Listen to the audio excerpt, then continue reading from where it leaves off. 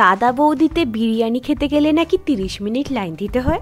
আমি তো কখনো গট করে ঢুকে যাই, সামনেই হাঁড়িগুলো রাখা থাকে, উফ গন্ধ শুকিয়ে পাগল হয়ে যায়। ভেতরে থোবড়া স্ট্রাকচার যেমন চেঞ্জ করেছে যে কিছু বলার ভাষাই নেই। কিন্তু ও মা এখানে তো আমাকে বসতেই দিল না, বললো সব সিট ফুল, সামনে এগো। কিন্তু এই ফুটো ফাটা ভাঙা চোরার মধ্যখান দিয়ে আমি কোথায় যাচ্ছি ভগবানই জানে। ওমা তারপর দেখি কি ঢোকার জন্য লাইন দিতে হচ্ছে এইখানে এসে, কিছু বলার নেই। কিন্তু কিন্তু 2x কিন্তু যখন ঢুকলাম, ও মাই গড, প্রাইভেট সেপারেট বসারও জায়গা আছে আর তার সাথে এরকম luxurious decoration. Have a look. আমি একটু ফিল্মি শটগুলো নিয়েছি, সেগুলো একটু দেখে নাও।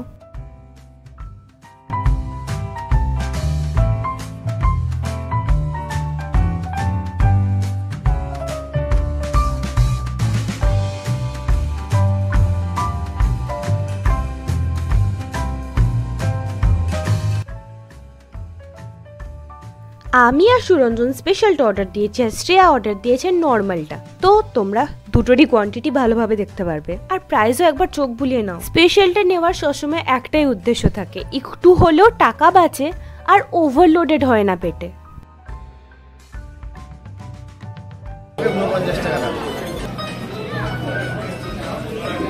কমফোর্টেবল। আচ্ছা এইখানে আরেকজন ব্লগ করছে। Hi, hello. হিসাব এটা আমার অর্ডার, যেটা দুজনের স্পেশাল চিকেন বিরিয়ানি আর একটা ওর জন্য চিকেন বিরিয়ানি। চিকেন বিরিয়ানি ছাড়া কি বা খাবো, মাটন তো খাই না, আর বিরিয়ানি অবভিয়াসলি খাবো দাদা বৌদিতে এসে। তো তাড়াতাড়ি অর্ডার দিতে বলো, নিশ্চয়ই তাড়াতাড়ি চলেও আসবে।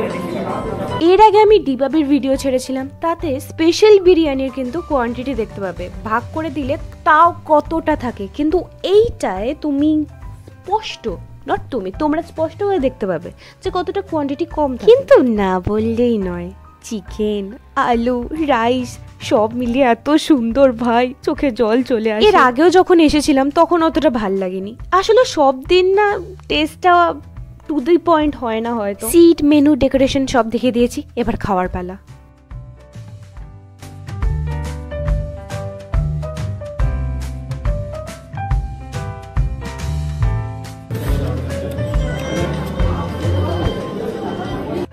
এই হচ্ছে বিল, এই হচ্ছে ফাইনাল অ্যামাউন্ট। কিন্তু টাকা যখন বিরিয়ানির পেছনে খরচা করি না, মনে একটা আলাদাই সুখ শান্তি আসে, খুশি আসে। যাই ওকে, আজকা ভিডিও ইধর पर ही खत्म हुआ। Okay bye.